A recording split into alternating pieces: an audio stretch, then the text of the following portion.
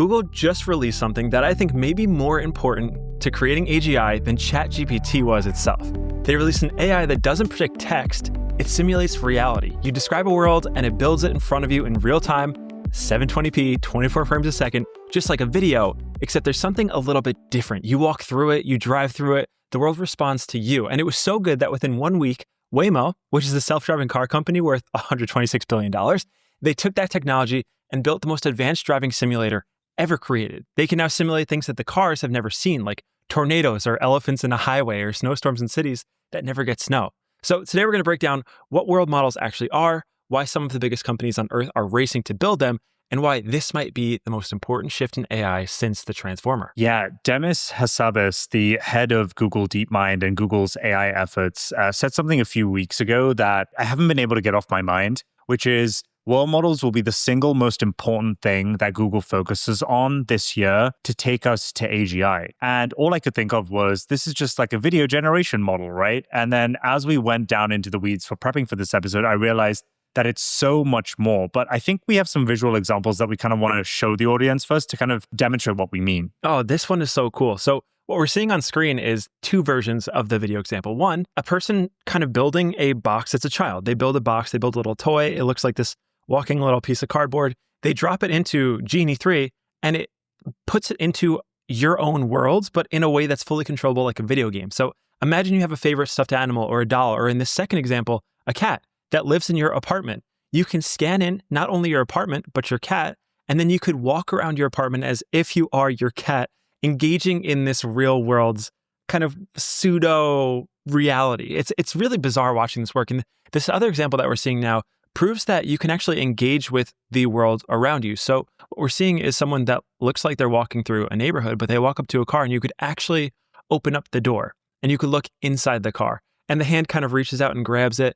And I think what's so amazing about this model is it's different than any other model that we've ever seen because it actually has this deep understanding of reality. It merges base reality with this virtual reality. And I think a way that's like one, it shows how smart it is and how well it understands physics, but two, I think there's a lot of downstream implications towards training better AIs on this that Genie 3 is going to use. There are a ton, actually. And I was trying to think about how explicitly to explain the difference between an LLM, which you and I and our listeners know very well, and a world model. And I think it's the following. Think of an LLM like a nerd that has never left the library. He has read every single book. He understands the world in theory, but he's never stepped out of the library. So he's never experienced the world for what it actually is. He understands how grass looks and what it feels like, but he's never touched it, felt it, seen the way it changes form when he brushes his hand through it, right? A world model, on the other hand, is a lived and experienced version of AI. It understands the physics and simulated reality of the world, and it understands how like water flows, how people can jump through the air, and it understands the physical reality of like us humans as we experience it, right? And that's the core difference that we see here. Now, Genie 3, which is Google's flagship world model, can basically do this, but at 24 frames a second at 720p, which is the big breakout that everyone's freaking out about now. Now you can just go from a prompt to a simulated reality that it creates in real time that is physically accurate. And that's so cool. Everyone knows that ChatGPT predicts the next word, but world models predicts the next frame of reality. They simulate how these environments evolve and how your actions change them and the effects that your physical actions have on this digital world.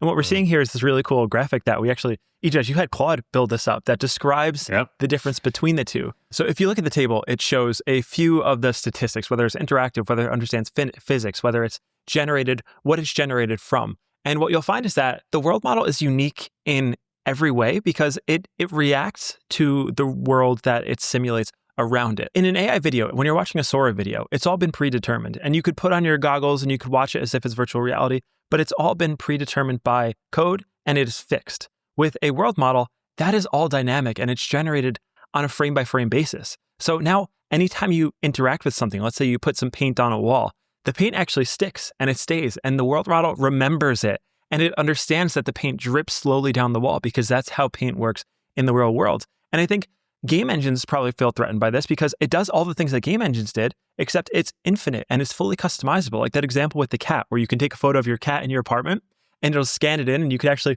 walk around your apartment, jump on your couch as if you're your cat. that is a unique and novel thing only understood and only possible through world models. And that's what makes them really unique relative to anything else that we have. Yeah, I think like a lot of people seeing these demos that we're showing just kind of think like, okay, this is just a video generation model, or it's kind of like a game engine, right? What's the difference between this and GTA 6? And the point is, everything that goes into producing this thing. Typically, it's extremely expensive. Like, how long has it been since the last GTA came out? It's been like, what, a decade now at this point? And every year they keep on delaying it. And now you have a physical, rather an AI engine based on physical reality that can do this in a matter of minutes. Like right now, you can go on, type in a prompt with the Google Ultra subscription, and minutes later, you have a 60-second interactive world that you can kind of interact with, move around, and kind of manipulate to your liking, which is insane.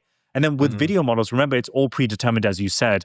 Now, naturally, right, if you were a gaming company looking at this, having spent 5 to 10 years building your next AAA game, you're going to be kind of scared. And actually, that's exactly how the stock market reacted. This is ugly. Look at this kind of summary of the top gaming stocks and their reaction to Google releasing Genie 3.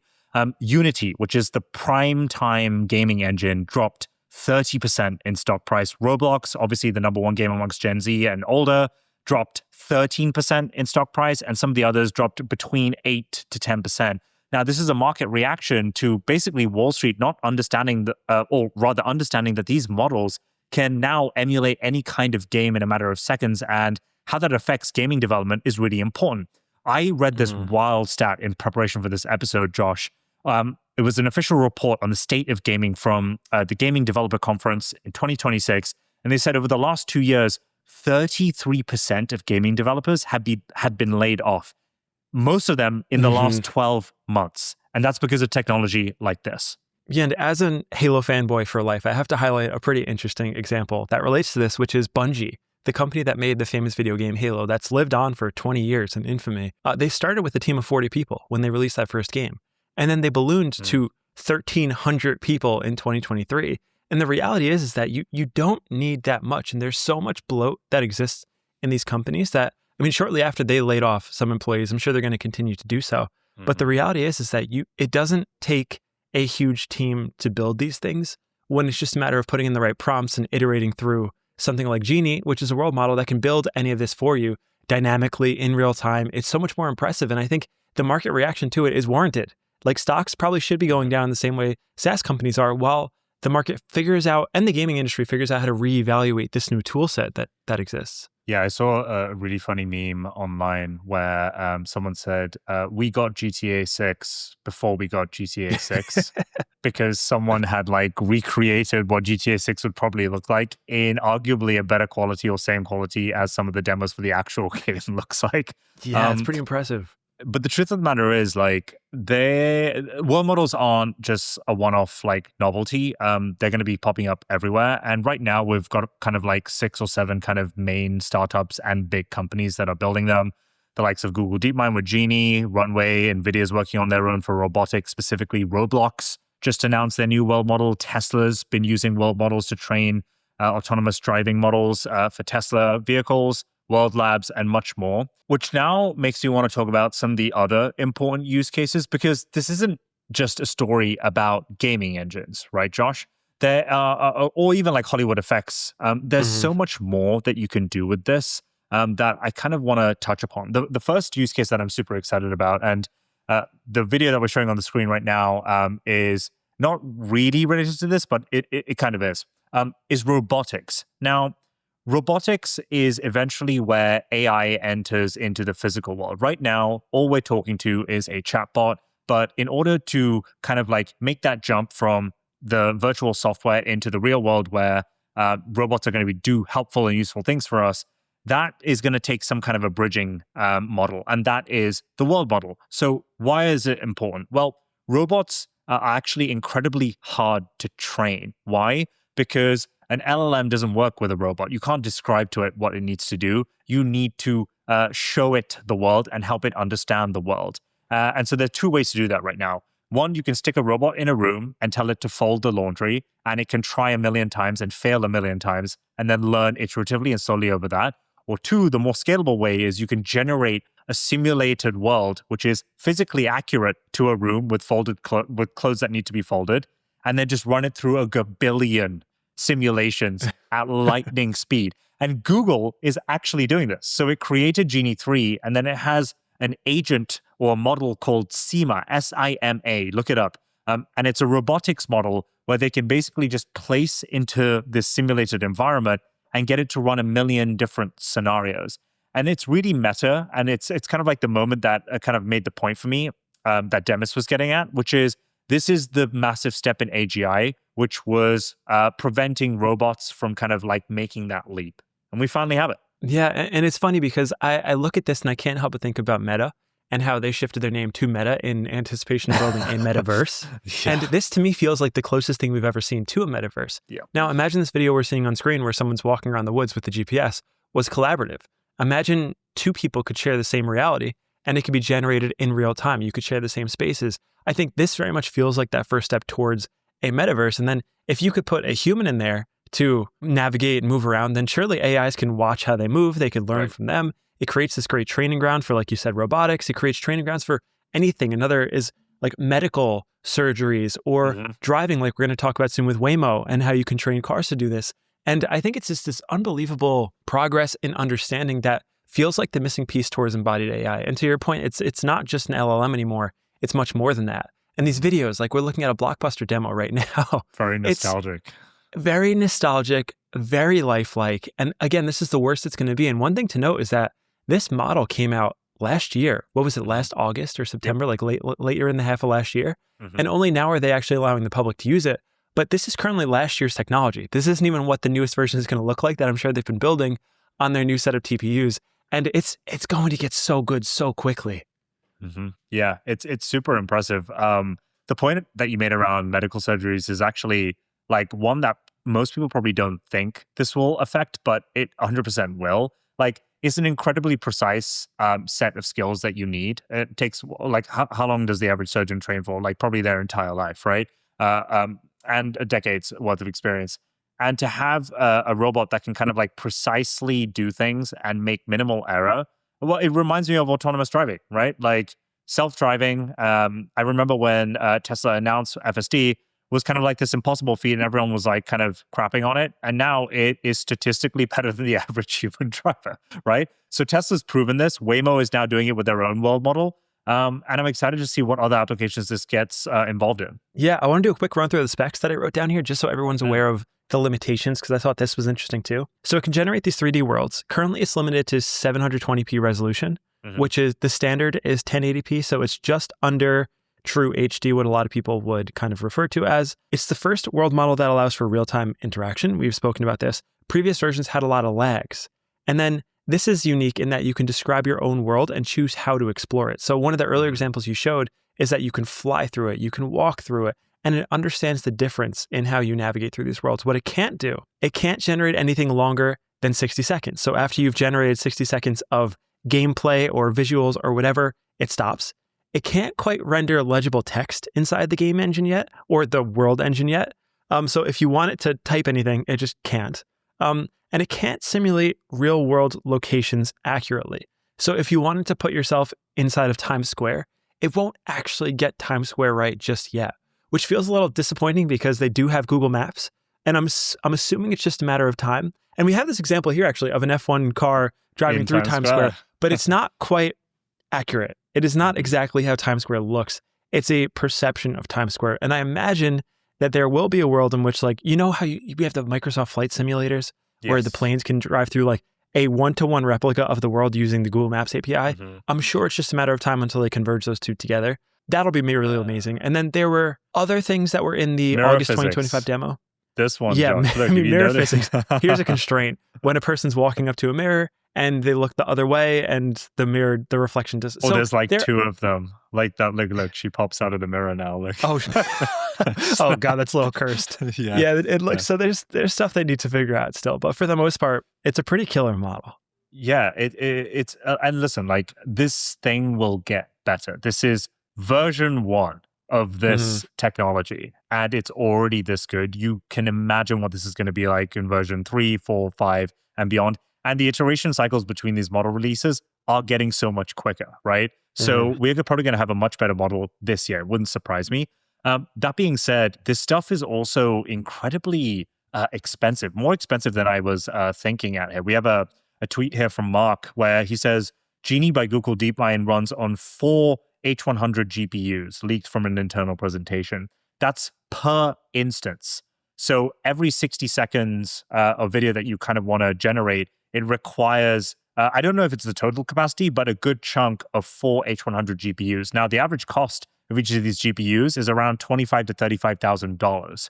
So it's not cheap enough for you. It's costing Google a lot of money to do, but with all the scaling laws, I assume this cost will go down over time. But one thing is pretty certain at this point, compute is a never-ending resource that we will need to power the future for any of this, like any world models, ChatGPT prompts, or whatever you could think of. So it's a really prescient point where if we now want to train physical embodied AI with robots, and we haven't even got V1 of that yet, we're just going to need a ton more compute. That was the other thing that I thought of. Like, this is just going to be a very expensive game to play, pun intended. Yeah. I mean, in addition to the consumer use cases, like what we're seeing, the commercial use cases are very real. Like you said, the embodied AI is a huge perk. And just last week, Waymo, they announced the Waymo world model, which is built on top of Genie 3, but it's adapted for something very specific, which is generating photorealistic driving simulations.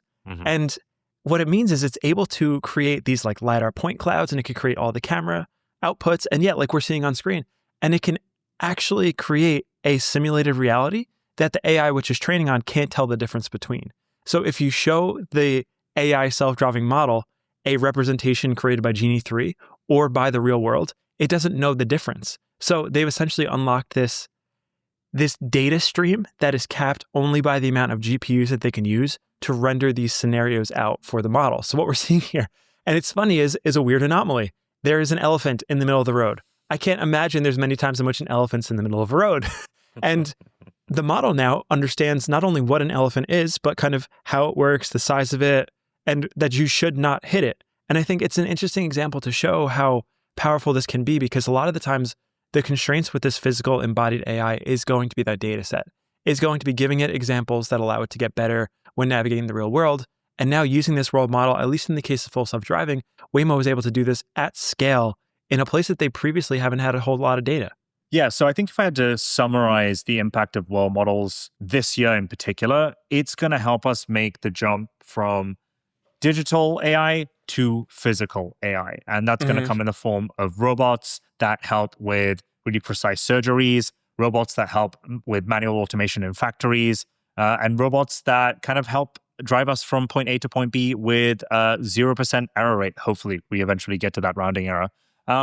I think this is the next step to get that kind of AGI level type of experience, because AI models just don't do a good job today of interacting with reality. It describes reality really well. It tells me how a glass might fall off my table and crash to the ground, but it can't simulate and emulate that. And as humans, we take in everything through our eyes, ears, and a million other sensory stuff. So if we can get an AI model that can achieve all of those things, we can just take that next magnificent leap to a better AGI-like type experience. And I think world models is that step. Yeah, I agree. I mean, think about what we described today.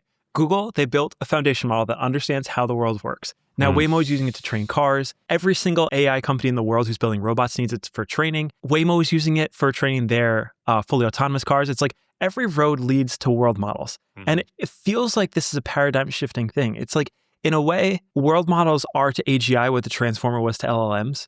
And it's like the Transformer paper in 2017, it made everything in the world of LLMs possible. And now that we have Genie 3, it feels like it unlocks this whole new world of possibilities that were previously not available, just in time to help train the robotics that are going to be coming into this world over the course of the next 12 months. So it's a really exciting development. And again, I think it's important to note that this came out in August of last year. They've only just recently allowed the public to start using it and engaging with it. And that's why you're seeing companies like Waymo adopting it.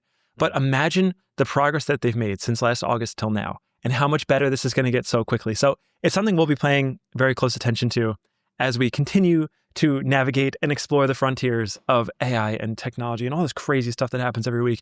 That wraps up this episode. Thank you, as always, for listening. We have some exciting news in the fact that on Apple Podcasts, we just crossed the top 100 technology podcast, number 99 and counting. Thank you. A lot of that is in part to people who went and wrote a nice review. We got almost 50 new reviews last week, so thank you for that. That was so generous. If you have not written a review, let us know what you think. That's one of the best ways to improve our chances of climbing the charts.